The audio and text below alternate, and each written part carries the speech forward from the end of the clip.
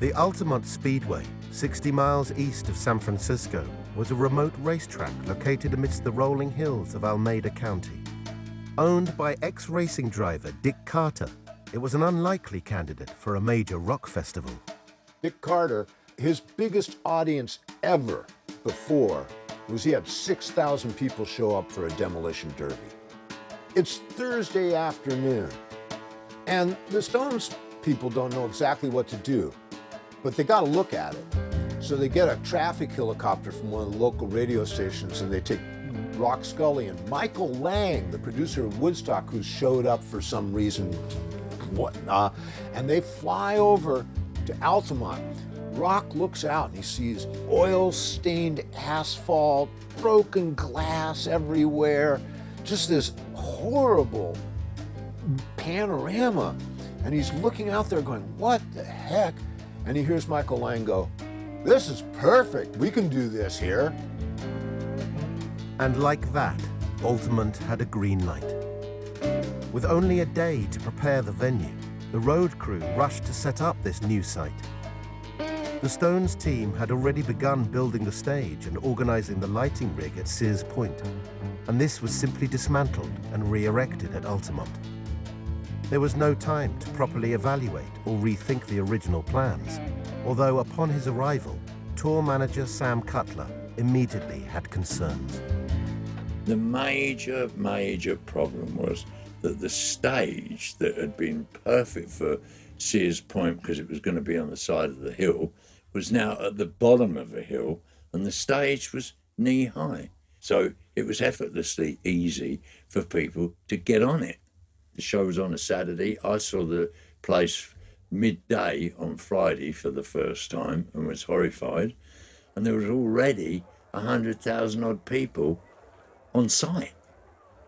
And this stage was isolated in the middle of them, right? So we tried to make barricades of trucks and stuff around it and get set up for a show. And I knew on the Friday this was going to be a massive public order problem. The show went ahead. With no food or water stands, no amenities of any kind, and only basic medical services on site, the 300,000 concertgoers who flocked to the venue had no idea what was awaiting them. It was the very end of the 60s, the last mass congregation of the counterculture before a new decade began. This should have been a celebration. The sun came up, it was sort of a gray day, and then at some point they sort of officially let people in, and this mob of young people came rushing down the hill with the blankets and trying to grab themselves, a tiny little space to sit. And the mood was definitely cheerful and fun and like, yes, this is going to be like Woodstock. This is groovy. I couldn't make it to Woodstock, but I'm here. But it did not take long for the atmosphere to change. The problem was there was a lot of LSD, bad acid, bad drugs, lots of cheap booze. So by the time the show opened at midday on the Saturday, you had 300,000-400,000 people completely out of it. And the fights began, and it just degenerated from there. With the Hells Angels a visible presence around the stage and throughout the festival grounds, at midday the first act appeared, Santana. Halfway through the performance, San Francisco peace activist and promoter Bert Kangerson was the first of many victims to face the wrath of the concert's brutal security force. This overweight Latino, stark naked, whipped out of his brains on LSD that was probably laced with methadone and guzzling Red Mountain wine.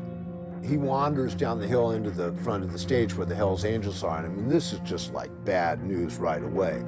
And Bert sees this happening, and he jumps down and he starts in on this all men are brothers, and begging the Angels not to beat this guy. They turn on Bert, and they rain pool cues down on him. They bust him up so good, he has 60 stitches in his head. It was just the beginning. The Angels' presence on the stage and at the front of the audience increased. And as the Jefferson airplane took their places for the second performance, it was hard to distinguish the band from the bikers. More of the crowd were singled out for beatings, and when the airplane's lead singer Marty Balin tried to intervene, he too was attacked. These guys were the real thing. They weren't the little biking club that they had at Hyde Park. They've got psychopaths and murderers and ex-cons and God knows what in there. They're bad news. Yeah, it's all right. It's kind of weird up here. Hey, man, I'd like to mention that the Hells Angels just smashed Marty Balin in the face and knocked him out for a bit. I'd like to thank you for that. There's other ways. Wait, is this on? You're Cameron? talking to me, I'm gonna talk to you. I'm not talking to you, man. I'm talking to the people that hit my lead singer in the head. You're talking to my people. Right. Now let me tell you what's happening. Man, What's you're not happening? Hey! Oh! No! All that. No! This was scary. This was scary and sort of rationally scary. We weren't inventing it. It was